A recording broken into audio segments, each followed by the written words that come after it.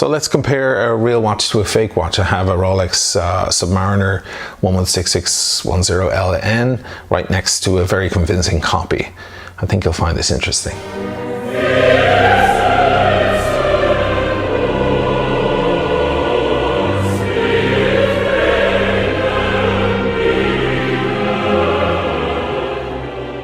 One costs $10,000, the other one costs $100. Is there really that much difference? What's up guys, juicy stuff this week. I've got a fake Rolex next to a real Rolex. They're both Submariners, they both look identical, nearly. Let's get into it. And here they are guys, two Rolex Submariners, model 116610LN, that stands for Lunette Noire. So black dial, black bezel. No color on the clasp, no color on the head, no color on the dial anywhere, not even writing, anything. It's just black, white, and silver. It's a very popular configuration. These models, list price are about $9,000 US, about 8,000 euros. But you can't really find them. They're almost impossible. I have recently read on forums that people are still waiting after having waited a year. But the bad news here is one of these is actually a fake. Can you tell which one? Let me get them closer to the camera. As you can see, they're very, very similar, but there are discrepancies between the two. And of course, anybody with a sharp eye for this kind of thing probably guessed this 2 minutes ago when the video started. It's actually this one on the left. It is 100% replica. It is not made of any real Rolex parts at all. This one, I believe, came from China. I can't be sure, but I believe that's where they're making these kind of high quality replicas these days. So let's take a look at the simple differences, the ones that jump out straight out at you. I think the thing that hits me the most straight off are two things. One is the pip at the 12 o'clock position. If you look at the real one and how perfect it is, and it has that kind of pearly white. This one is kind of turning brown. I actually bought this watch a couple of months ago and threw it in with my other watches. I just bought it out of curiosity, really, just to see what it was like. And at the time, the pip was quite white. It looked quite convincing, other than the fact that it's slightly off center. I don't know if you can see that. It should be a little bit pushed in that direction, but they got it slightly off center, so they messed up there. So I think that would be the first thing that jumps out at you. The second thing, these little second markers that are around the dial, very close to the rehaut there, are just a little too bright. They're just a little too obvious, whereas on the real one, they're a lot more subtle and kind of, they're there, but they don't jump out at you as much. So let's look at some more stuff. The case itself and the bracelet. Well, if you look at the sides here, the head of the watch is pretty much identical. I don't see much difference. One thing that jumps out at me straight away there is that the genuine seems to be more condensed. They don't seem to be able to get this bezel slim enough and down like flush, married to the head of the watch properly. So you wind up with a slightly higher, thicker watch. However, I noticed that the case back is a little slimmer on the replica than it is on the real one. So all in all, you're looking at around the same thickness in watch. As for the bracelet of the replica, it's extremely well made, looks and feels great. Of course, on the real one, they're using 904L steel, which is Rolex's special steel that has a silky feel to it and catches the light in a beautiful way.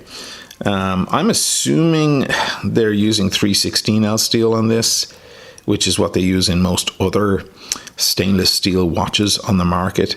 But I can't quite be sure. Obviously, I can't call anyone and I can't find out any information because it's a very kind of dark world of replicas. They're breaking the law, obviously.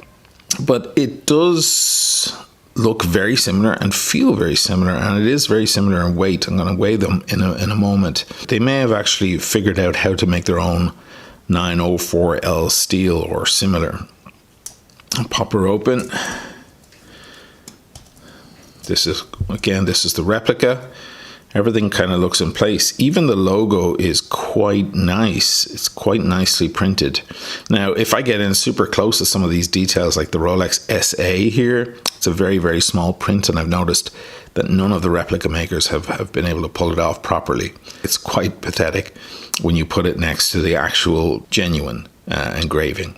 But everything else looks right. It even has the glide lock system here, so you can adjust the length of the bracelet on cold or hot days, or if you actually are a diver, because this is of course a diver watch and you need to put it around a wetsuit, you need to loosen it up a bit to fit around your suit. Now I think using the term glide is a little generous in this case. It doesn't exactly glide. It feels kind of scrapey. You can feel steel rubbing against steel, and it's not very agreeable, but it does work and it snaps into place. I'll show you the genuine.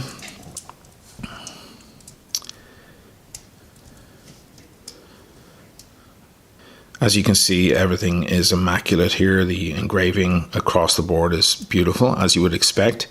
But with the glide lock system, it's extremely beautiful and glides very smoothly back and forth. Doesn't give any kind of resistance. It's quite liquid, and then of course whatever position you choose, it snaps in quite nicely and solidly. The only real difference, as always, is the feel. Everything just feels right on this. Everything snaps into position and moves kind of beautifully, whereas on the replica it's a little, that snap is nice, and then closing this feels a little bit, I can feel metal scraping against metal. It's a little scratchy, just a little bit. Let's take a look from the other side of the head. Very, very, very similar. Perhaps the replica is a tad thicker, but again, the case back is shallower on the replica, assumably because it's housing a much smaller, simpler movement, whereas the genuine, of course, is housing the Rolex 3135 movement, very famous movement. So as far as the bezel, of course, this bezel has platinum inlays of the numbers and the indices. This, I assume, just has paint, but they've managed to get it kind of slightly off-white and a little bit more luxurious looking than just regular white paint. So well done to them. It's not a bad looking bezel, and it does appear to be made of ceramic, just like the real thing. Of course, Rolex call that Cerachrome. And it is scratch resistant, just like regular ceramic, so it seems to be pretty well made. Let's turn the bezel. It's a pretty good bezel as bezels go. It's solid. There isn't much back play. There's a tiny bit of back play, but it seems solid and feels and clicks quite nicely. Let's take the real one and compare. Now you can hear the sound of it is a lot more subdued. It feels stronger. There's zero back play. It will not move even a nanometer in the opposite direction. And it's extremely satisfying and smooth and solid. Now on the dial, we have white gold around the indices on the dial. Of course, that's not the case on this. I assume these are just steel. And in the micro lens, you can see that the finish on them isn't quite as good. As far as the writing, it's extremely similar, although the writing on the replica seems a little taller overall. It does have 4 lines, but they're spaced slightly differently.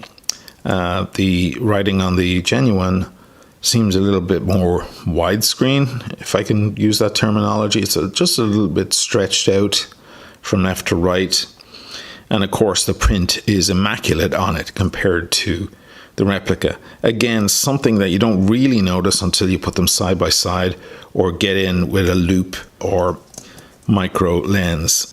Now, one thing they've improved on of late is the Cyclops. The Cyclops seems to be giving a 2.5 magnification, just like on the real one, and you can see it again when just right now, you see the second hand going through it, and you see how it was magnified like that. They say on the old replicas or the fakes or the knockoffs of yesteryear, the Cyclops was there, it was present on the dial or on the sapphire crystal, but it wasn't actually magnifying anything. It wasn't actually a magnifying glass. But this time, lately they've improved on it, and they are actually magnifying. Now, if you look at the text that they're magnifying, you can tell that the real one has much more beautiful text, much better print. However, that would be very difficult to really spot if you only had this watch in your hand and you didn't have this one to compare side by side. Now, the movement in this is not a cheap quartz movement. I assume it's a cheap movement, but it is an automatic movement. It's mechanical, because you can see that the seconds hand is sweeping through. It's not going, second per second like a quartz movement would do. So you're getting maybe, 3 or 4, maybe 4 or 5 beats per second on this, which is giving it a kind of a smooth movement. The real one, of course, has 6 or 8 beats per second, I believe. It's super smooth. But honestly, between one and the other, not a huge difference in that regard. So this, apparently, I don't know what's inside this. I haven't opened the back. But apparently there is some sort of a Chinese copy of an ETA movement, an ETA movement, which are very popular movement makers and make a lot of great movements for a lot of great watches. This, of course, has its own in-house movement, very famous movement called the 3135. You'll get that movement in the Submariner models and the Yachtmaster models and a couple of others. It's tried and tested over the years, fantastic movement. But what it really comes down to is this, moving the crown. First of all, this crown doesn't really lock in anymore.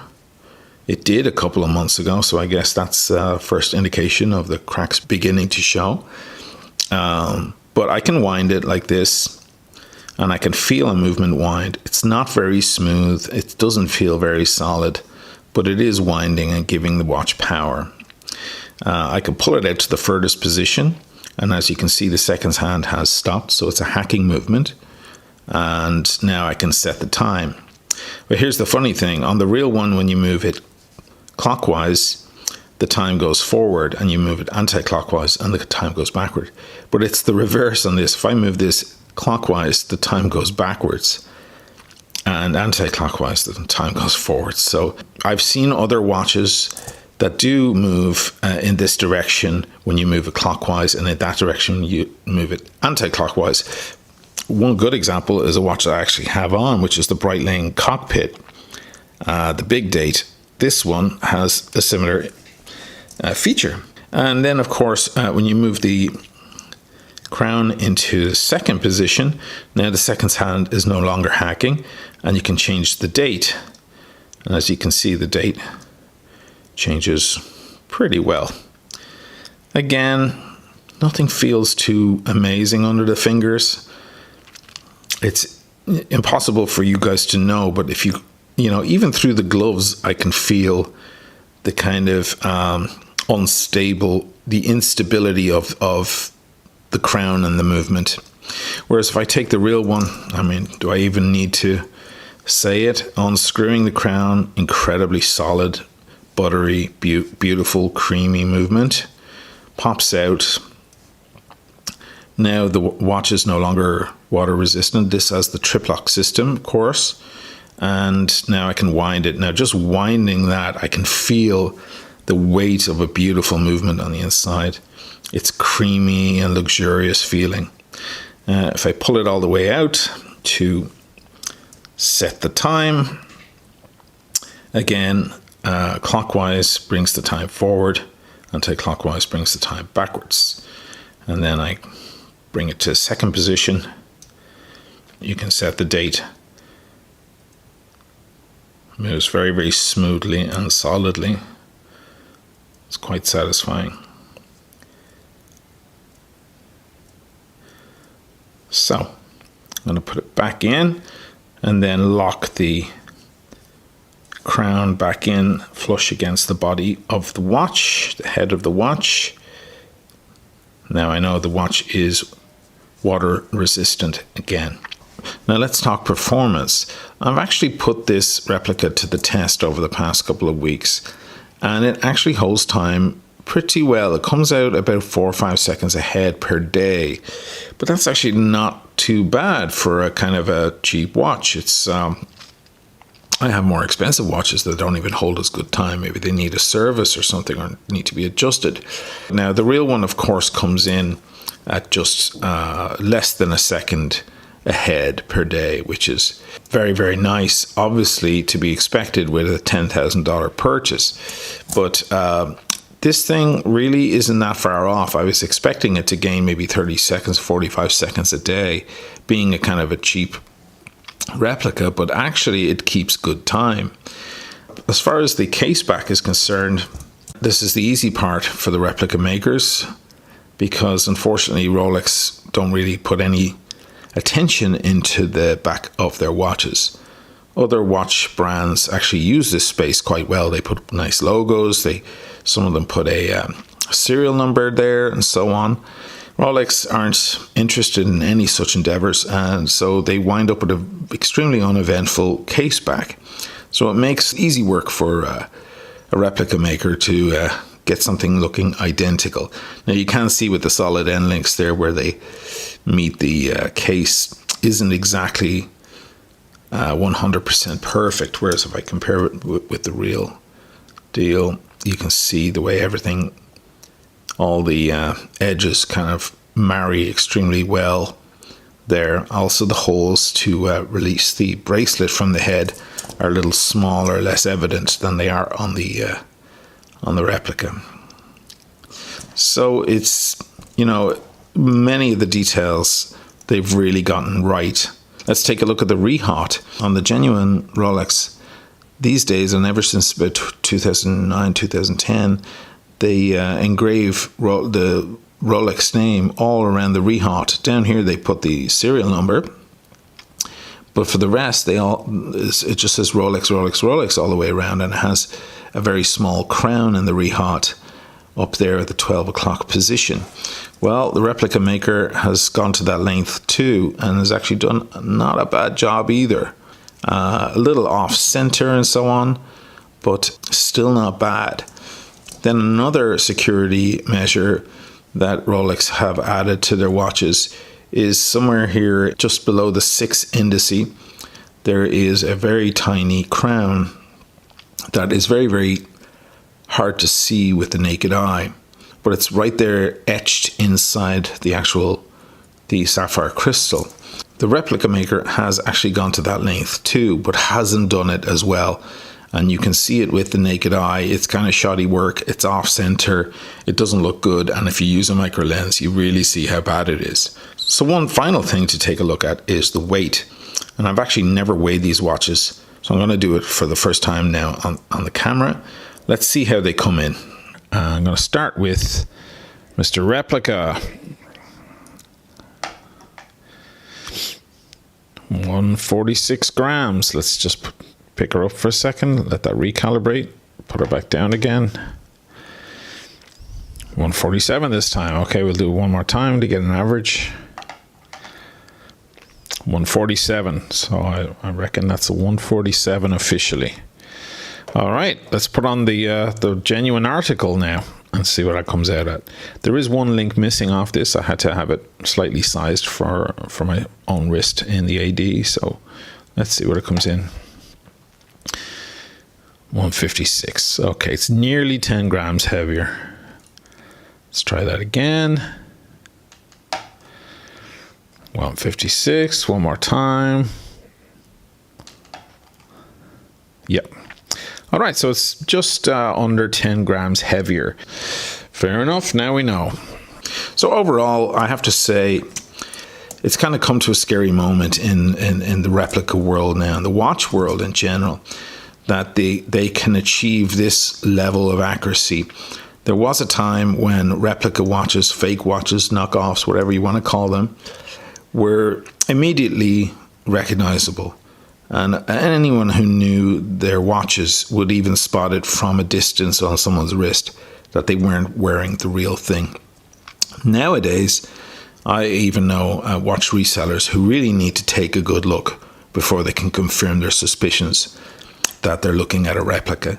So if these guys who hold hundreds of watches every week, if even those guys are having difficulty spotting a replica from a genuine watch, well then what chance do we as the general public have? I mean, it's a really distressing thing, and one can only assume that if they're getting better at doing and making these, that eventually there will be no difference, that eventually they will get the pip right and they will get all the other details right, and eventually we're going to get to a point where we literally can't tell the difference between the real thing, the icon, and the imposter.